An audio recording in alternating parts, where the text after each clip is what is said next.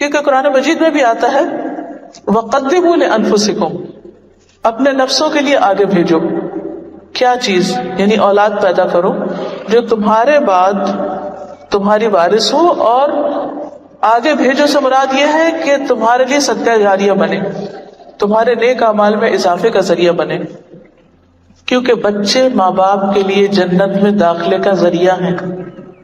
یہ ذمہ داری کیوں قبول کریں، کیوں بوجھ اٹھائیں، کیوں تکلیفیں اٹھائیں، کیوں مشقتیں کریں، کیوں پیدا کریں، کیوں دودھ پلائیں، کیوں انگلی پکڑ کے چلنا سکھائیں، کیوں ان کے ناک صاف کریں اور کیوں ان کی نیپی صاف کریں. وائے، ہمیں کیا ملے گا؟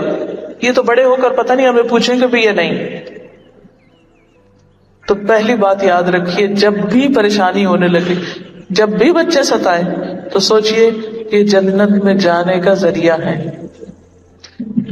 حدیث میں آتا ہے نبی صلی اللہ علیہ وسلم نے فرمایا کسی مسلمان کے اگر 3 بچے مر جائیں، یعنی زندہ رہے تو اور فائدہ، اور اگر پیدا کر کے وہ فوت بھی ہو گئے، کیونکہ بعض اوقات ایسا ہوتا ہے نا کہ بعض عورتیں جو ہے وہ کنٹین نہیں کر پاتی ہیں حمل کو یا پریگنینسی کو، تو پھر بہت ڈپریشن میں جاتی ہیں، یا عورت کے اوپر بہت سخت ترین وقت آتا ہے اس کے بعد.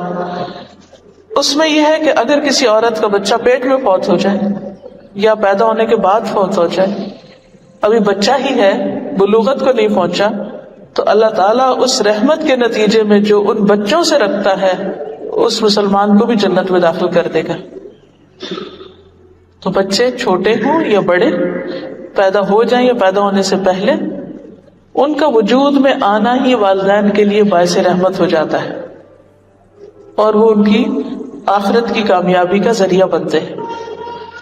وقتی طور پر ان کو دیکھ کے ہم خوش ہوتے ہیں، انجوائے کرتے ہیں، اور ان سے امیدیں لگا لیتے ہیں کہ یہ بڑا ہو کر ہمارا سہارا بنے گی. سب باتیں ایک طرف ہیں، یہ وقتی ہیں. اصل فائدہ کب ہے کہ وہ ہمارے لیے چھوٹے اگر فوت ہو گئے تو جنت میں جانے کا ذریعہ بنے، اور اگر ہمارے بعد دنیا میں ہے تو ایسے نیک کام کریں جو ہمارے لیے صدقہ جاریہ بنے. نبی صلی اللہ علیہ وسلم نے فرمایا جب کسی آدمی کا بچہ فوت ہو جاتا ہے تو اللہ تعالیٰ فرشتوں سے فرماتا ہے کیا تم نے میرے بندے کے بچے کی روح قبض کر لی؟ وہ عرض کرتے ہیں کہ ہاں. اللہ تعالیٰ فرماتے ہیں کیا تم نے اس کے دل کا پھل ٹکڑا قبض کر لیا؟ وہ عرض کرتے ہیں ہاں. پھر اللہ تعالیٰ پوچھتے ہیں میرے بندے نے کیا کہا؟ فرشتے عرض کرتے ہیں اس نے تیری تعریف کی اور انا للہ و انا الیہ راجعون پڑھا. تو اللہ تعالیٰ فرماتے ہیں کہ میرے بندے کے لیے جنت میں ایک گھر بناؤ اور اس کا نام بیت الحمد رکھو. یعنی اگر بچے زندہ ہیں تو بھی، اور اگر فوت ہو جائے اور انسان صبر کرے تو اس بچے کے جانے پر ایسا محل انسان کو ملے گا کہ جس کا نام بیت الحمد ہے. ہم تعریف کو کہتے ہیں نا کہ ایسا گھر جس کو دیکھتے سب تعریف کرنے لگے، ایسا گھر وہاں انسان کو ملے گا. دنیا میں آپ دیکھیے کہ آپ کئی گھروں کے پاس سے گزرتے ہیں تو آپ ایک دم کہتے ہیں کیا خوبصورت گھر ہے، کتنا زبردست ڈیزائن ہے. اور بعضوں کا تو رک جاتے ہیں، بعضوں کا تصویر اتارنے لگتے ہیں، بعضوں کا دیکھ کے انجوائے کرتے ہیں، تمنا کرتے ہیں ہمارا بھی ایسا گھر ہو. لیکن اللہ تعالیٰ زندگی میں مختلف امتحان لا کر ایک بڑی نعمت سے انسان کو نوازتا ہے، اس لیے اس کی قدر کرنی چاہیے. ایک اور حدیث میں آتا ہے کہ ایک شخص نبی صلی اللہ علیہ وسلم کی خدمت میں حاضر ہوا، اس کے ساتھ اس کا بیٹا تھا. آپ نے اس شخص سے پوچھا کہ کیا تم اس سے محبت کرتے ہو اپنے بچے سے؟ اس نے عرض کیا اللہ تعالیٰ آپ سے ایسی محبت کرے جیسی محبت میں اپنے اس بچے سے کرتا ہوں. کیا بتانا مقصود تھا کہ وہ بہت زیادہ محبت کرتا ہوں اپنے بچے سے. اس کے کچھ دن بعد بچہ فوت ہو گیا. جس بچے سے وہ باپ بہت پیار کرتا تھا فوت ہو گیا. آپ نے اس بچے کو نہیں دیکھا تو اس کے والد سے پوچھا کہ وہ بچہ کدھر ہے جس سے تم اتنی محبت کرتے ہو؟ تو اس نے بتایا کہ وہ بچہ فوت ہو گیا. تو آپ نے فرمایا کیا تم اس سے خوش نہیں ہوتے کہ تم جنت کے جس دروازے پہ جاؤ گے تم اپنے بچے کو پاؤ گے، وہ تمہیں ویلکم کرے گا وہاں، اور وہ تمہارے لیے جنت کا دروازہ کھولنے کی کوشش کرے گا. بالکل ایسے ہی جیسے ننھے منھے بچے ہوتے ہیں نا کہ باپ گھر میں آئے تو وہ کرسی لا کے کھینچ کے اٹھ کے کنڈی کھولنے کی کوشش کرتے ہیں، اور وہ اس بات کے منتظر ہوتے ہیں، ایکسائٹیڈ ہوتے ہیں کہ امی آ گئی، امی آ گئی، ابا آ گئے، ابا آ گئے. ہر روز آپ نے دیکھو گھر میں ایک نعرہ ضرور اٹھتا ہے ابا آ گئے یا امی آ گئی. تو بالکل اسی طرح جس طرح دنیا میں وہ ویلکم کرتے ہیں، اسی طرح آخرت میں جنت میں بھی وہ ویلکم کریں گے اور بالغ کے لیے جنت کا دروازہ کھولیں گے. سنن النسائی کی روایت ہے. اس لیے بچوں کو صرف مصیبت، ذمہ داری، پاؤں کی زنجیر یا بے آرامی کا باعث یا ایک مشقت نہ سمجھیں. جب بھی تکلیف ہونے لگے، جب بھی آپ ان کی وجہ سے ریسٹرکٹیڈ فیل کریں، کیونکہ کئی مائیں تو ہائے مصیبت. کئی عورتوں کو میں نے دیکھا پریگنینسی ہوتے ہی غمگین ہو جاتی ہیں، پریشان ہوتی ہیں جب ایک اور مصیبت آنے لگی.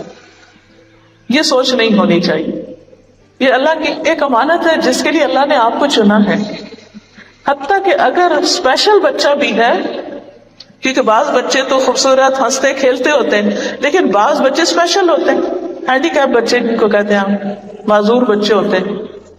اب اس کا تو کسی کو پتہ چل جائے تو ماں باپ کو رو رو کے برا حال ہو جاتا ہے. ان کی پریشانی کا عالم تو دیکھا نہیں جاتا. obviously پریشانی ہوتی ہے تو خوشی کی بات تو نہیں ہوتی، لیکن اس پر بھی پازیٹو رہنا چاہیے اور یہ سوچنا چاہیے کہ اچھا اللہ نے اس خاص بچے کی خدمت کے لیے ہمیں چنا، یہ اللہ کا فیصلہ ہے. اس نے اوروں کو دوسری طرح کے بچے دیے اور مجھے اس طرح کا خاص بچہ دیا.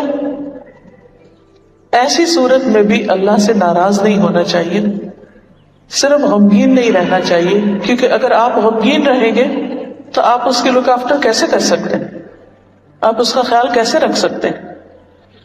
اللہ تعالیٰ کی اس دنیا میں کوئی بھی چیز بیکار نہیں ہے. اس بچے کے آنے کا بھی کوئی مقصد ہے، اس کے پیچھے بھی کوئی سبق ہے.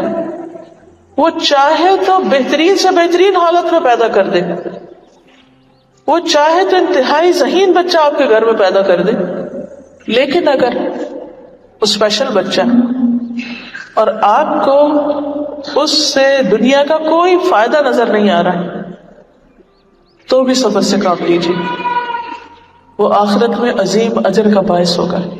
بچوں کو پالنا تو ویسے ہی باعث اجر ہے، لیکن خاص بچوں کو پالنا کئی گنا زیادہ باعث اجر ہے، کیونکہ آپ نے ان کو صرف دیا ہے، ان سے آپ کو ملا کچھ نہیں، لیکن ان کے ذریعے اللہ نے معلوم نہیں کس کی ہدایت، کس کے شکرانے اور کس خاص مقصد کے لیے اس کو آپ کے ہاں پیدا کیا.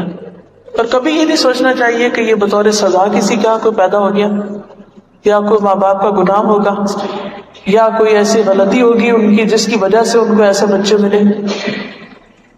اور جب کوئی بچہ بہت ذہین یا بہت خوبصورت یا بہت اچھا پیدا ہو تو یہ کبھی نہیں سوچنا چاہیے کہ یہ بڑا ہمارا کمال ہے کہ ہم ایسے ہیں تو اس وجہ سے اللہ نے ہمیں یہ دیا ہے. وہ بھی اللہ کا فیصلہ اور اللہ کا شکر ادا کرنا چاہیے کہ اس نے ہمیں ایک بہترین نعمت سے نوازا.